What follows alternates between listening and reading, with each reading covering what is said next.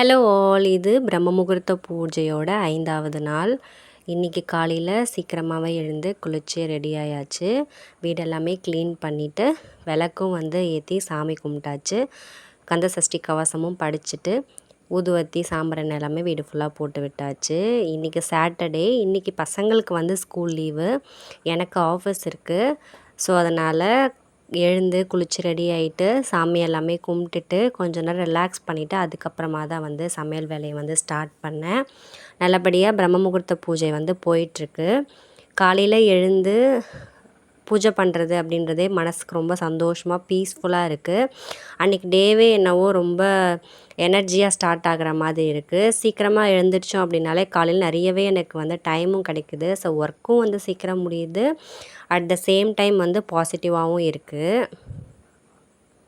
சாமி கும்பிட்டு முடித்ததும் ஃபஸ்ட்டு பால் தான் காய வச்சேன். ஹஸ்பண்ட் காலையில் 6 o'clockலாமே கிளம்புறேன்னு சொல்லியிருந்தாங்க. ஆஃப்டர்நூன் போல் வீட்டுக்கு வந்துடுறேன்னு சொல்லிட்டு. அதனால் அவருக்கு ஃபஸ்ட்டு பாதாம் பிசின் பாலில் போட்டு கலந்து கொடுத்துட்டு அதுக்கப்புறமா தான் நான் காஃபி போட்டு குடித்தேன்.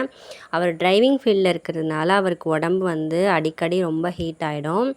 மேக்ஸிமம் காஃபி டீ காலையில் கொடுக்கறதுக்கு பதிலாக நைட்டே ஒரு 1-2 பாதாம் பிசின் ஊற வச்சுருவேன். காலையில் எழுந்து அதில் சர்க்கரை பால் ஊற்றி மிக்ஸ் பண்ணி கொடுத்துட்டேன் அப்படின்னா குடிச்சிட்டு கிளம்பிடுவார். அவருக்கு லஞ்ச் வேணான்னு சொல்லிட்டாரு. பசங்களுக்கும் எதுவும் செஞ்சு வச்சுட்டு போக வேணாம், நான் மதியம் வரும்போது பசங்களுக்கு ஏதாவது வாங்கிட்டு கொடுத்துட்றேன் பிரியாணி அப்படின்னு சொல்லிட்டு கிளம்பிட்டாரு. ஸோ எனக்கு மட்டும்தான் லஞ்ச் பண்ணணும். சாதம் மட்டும் கொஞ்சம் எக்ஸ்ட்ரா வச்சுட்டு போ, நான் மதியம் சாப்பிட்டுக்கிறேன் அப்படின்னு சொல்லிட்டு போனார். ஸோ அதனால் எனக்கு மட்டும்தான் லஞ்ச் ரெடி பண்ணணும்.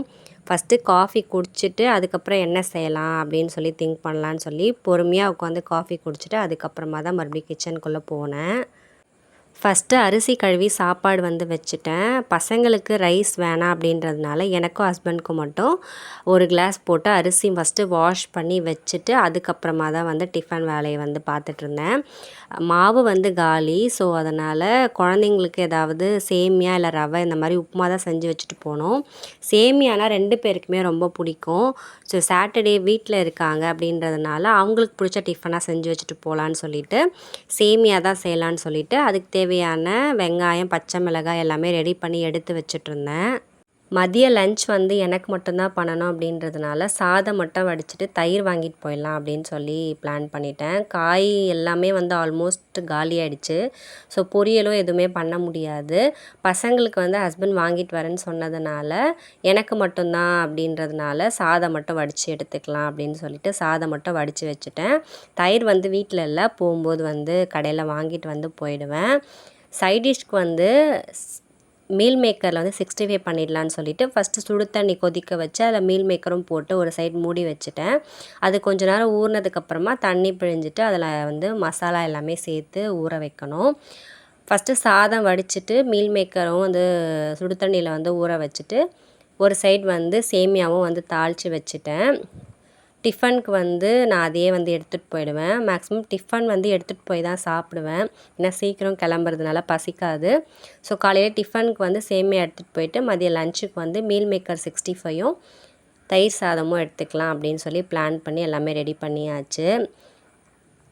மீல் மேக்கர் 65க்கு வீட்டில் பஜ்ஜி மாவு இருந்தது. ஸோ பஜ்ஜி மாவு, கார்ன்ஃப்ளவர், அதில் கொஞ்சமாக மிளகாய்த்தூள், உப்பு, பெருங்காயத்தூள் எல்லாமே சேர்த்து கொஞ்சமாக தண்ணி ஊற்றி மிக்ஸ் பண்ணிவிட்டு அதில் ஊற வச்சுருக்கிற மீல் மேக்கரை நல்லா சுத்தமாக தண்ணி இல்லாமல் பிழிஞ்சிட்டு சேர்த்துட்டு மிக்ஸ் பண்ணி எடுத்து வச்சுட்டேன்.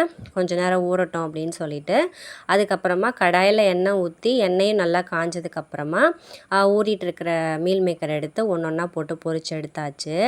ரொம்ப சூப்பராக வந்திருந்தது. சின்ன மீல் மேக்கரில் பண்ணியிருந்தா இன்னமும் நல்லாயிருக்கும். இது நல்லா பெருசாக குலோப் ஜாமுன் மாதிரி நல்லா குண்டு குண்டாக வந்திருந்தது. டேஸ்ட் ரொம்பவே நல்லா இருந்தது. காலையில் டிஃபனு மதியம் லஞ்ச் எல்லாமே பேக் பண்ணிவிட்டு கிளம்பியாச்சு. தயிர் மட்டும் போகும்போது வாங்கிக்கணும். இன்றைக்கி டே ரொம்பவே சூப்பராக ஸ்டார்ட் ஆச்சு. எப்போவுமே நான் ஏதாவது சைட் டிஷ் ஸ்நாக்ஸ் எடுத்துகிட்டு போகிறேன் அப்படின்னா கொஞ்சம் எக்ஸ்ட்ரா தான் எடுத்துகிட்டு போவேன். ஏன்னா ஆஃபீஸில் எப்போவுமே ஷேர் பண்ணி தான் சாப்பிடுவோம். ஸோ அதனால் கொஞ்சம் எக்ஸ்ட்ராவே எடுத்துக்கிட்டேன். நானும் ரெடி ஆகிட்டு லஞ்ச் எல்லாமே பேக் பண்ணிவிட்டு கிளம்பிட்டேன். பசங்களுக்கும் பாய் சொல்லிவிட்டு கிளம்பியாச்சு. இன்றைக்கி டே ரொம்பவே சூப்பராக போச்சு. இந்த வீடியோ உங்களுக்கு பிடிச்சிருந்து அப்படின்னா லைக் பண்ணிட்டு சேனலை மறக்காமல் சப்ஸ்கிரைப் பண்ணி வச்சுக்கோங்க. சப்போர்ட் பண்ணுங்கள். தேங்க்ஸ் ஃபார் வாட்சிங்.